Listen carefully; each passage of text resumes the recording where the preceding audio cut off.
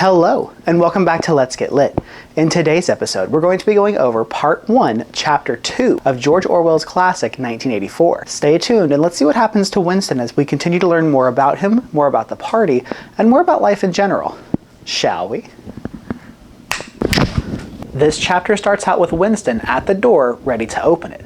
However, he remembered the diary open and down with Big Brother written on it very clear and easy to read.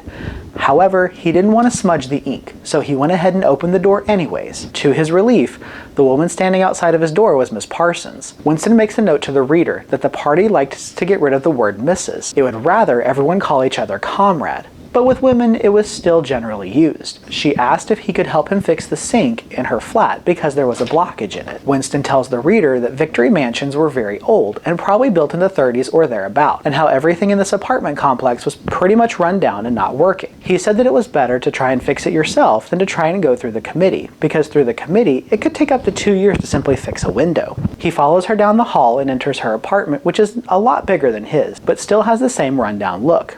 He notices all of the sports equipment on the floor, banners and posters hung on the wall, and the smell of cabbage flowing through the air. Winston notes that cabbage is not an unlikely scent in this apartment complex, primarily because everyone there ate cabbage out of necessity.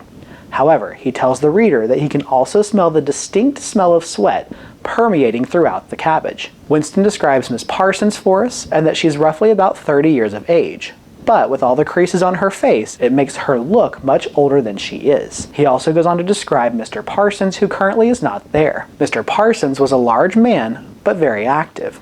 Winston says he has an unparalleled stupidity about him, which the party really depends on in order to push their ideas through.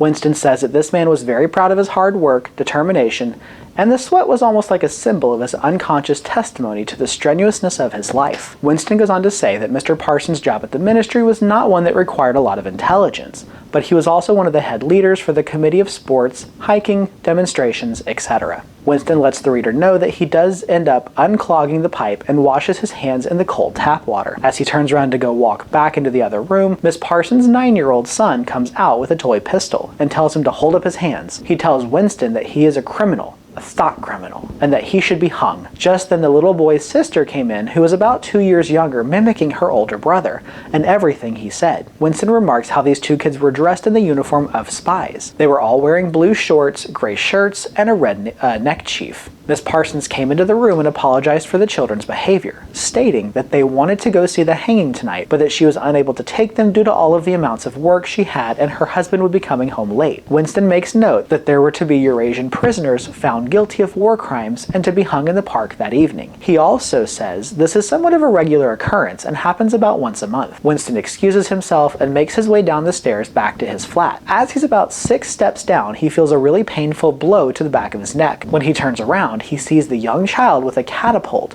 and his mother dragging him back into the apartments. Winston notes that Miss Parsons has a very frightened look on her face. After he makes his way back to his apartment, he moves past the telescreen and back to his small desk where the diary was. He also comments about children nowadays and how from a very young age, even their parents are scared of them. This is due to the fact that these children are raised with the party's values and beliefs.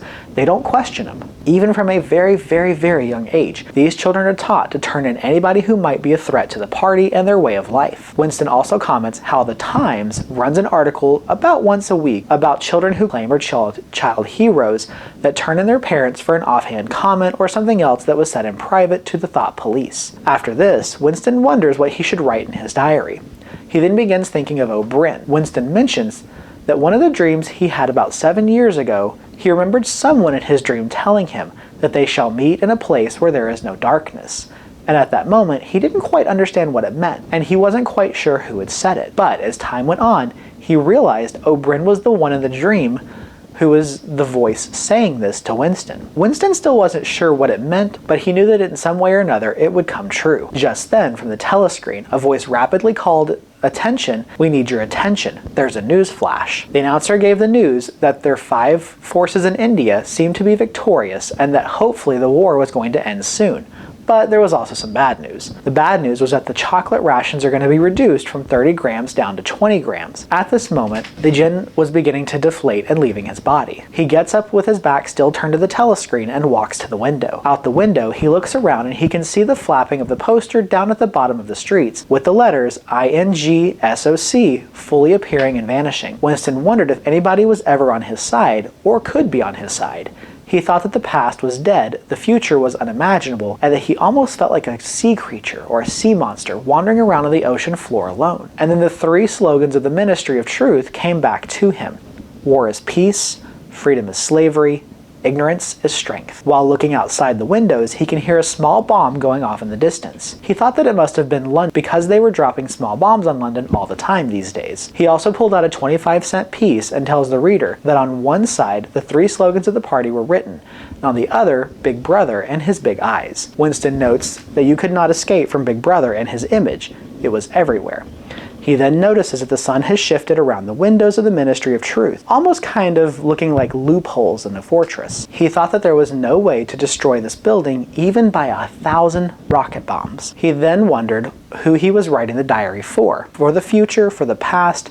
He notes that before it could even possibly survive into the future, the ministry would already burn it and he would be vaporized, so there really wouldn't be anything left for anyone to read. The telescreen struck 1400 and he realized he must leave in 10 minutes because he had to go back to work at 1430. As the clock struck, this kind of put the new energy into him, and he makes his way back to the table, dips his pen into the ink, and begins to write in the journal. In his journal, he starts off by addressing the past to the future and letting people know what is done cannot be undone.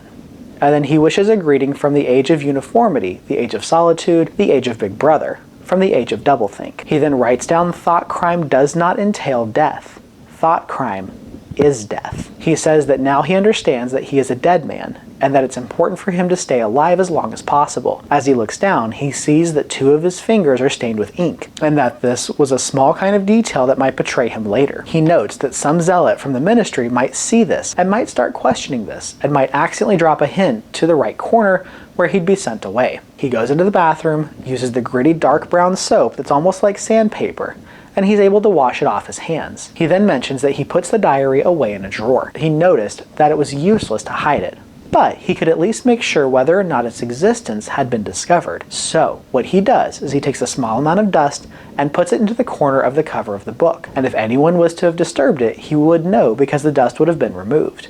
This is the end of Chapter 2 of Part 1 of George Orwell's 1984. I hope you enjoyed this video. Please tune in as we go over Chapter 3 in the next one. I hope you have a wonderful rest of your day. Please remember to like, share, and subscribe. And as always, stay lit.